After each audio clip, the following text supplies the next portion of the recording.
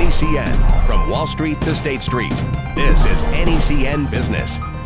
And later, serious-looking emails hiding some serious investment scams. The new problems involving social media sites like Facebook. As the economy has slowly improved, the number of initial public offerings has increased, and so has the number of scams. There are warnings from both the federal government and the Financial Industry Organization about pre-IPO investment scams. And here for a closer look is Steve Weissman of Bentley College and the author of several books, including The Truth About Avoiding Scams. Steve, great to see you. It's good to see you again. So most people know what an IPO is. What's a pre-IPO? What's the difference? Well, a pre-IPO is where private placement securities are offered even before there's an IPO. And these are risky or scams. Is really the problem is people want to get in on the ground floor even before there's been an IPO. Unfortunately, that ground floor is often made of dirt. You don't get a lot of information when the security is not registered. But people are so enthralled by companies like Facebook and Twitter and other social media companies, haven't been this enthralled since the internet, and of course the internet turned into the internet bubble, that they fall victim to their own greed when someone says, we can get you in before the IPO. So how does it usually work? Yeah, what happens with these scams?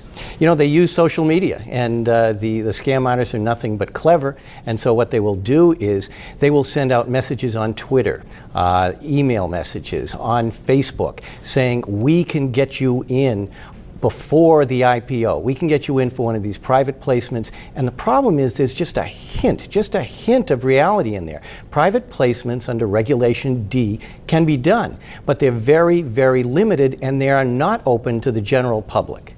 And so it's attractive because I'm going to make more money because I'm getting in ahead of everybody else. Exactly. You look at Google. Google at the IPO level went off at 85, and I think today when I last looked it was 525.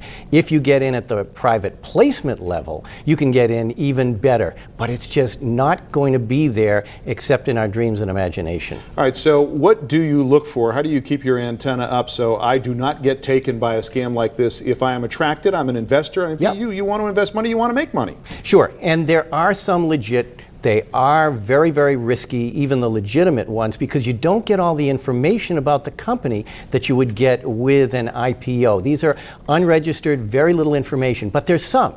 So you go to the SEC. They have a website called EDGAR. It's an acronym, but it has information on companies. You find out about the people who are selling it to you. There was a guy named Randy Cho. If people had done their homework, they would have found out he was a con man and a criminal. And let me stop you right there, because we have the websites up here. We went to one of them, the bottom one, just before air, and that's the Bureau of Prisons.gov, and they have something called Inmate Locator. You can go there, type in someone's name to see if they have served time for something involved with financial scams. Exactly. You can find out had they attended Bernie Madoff University, and anyone who has been in the federal prison since 1982 would turn up there, and that's a real good wake-up call. Well, thanks for arming us with this information on those websites. Steve Weissman of Bentley College, thanks for being here. Thank you.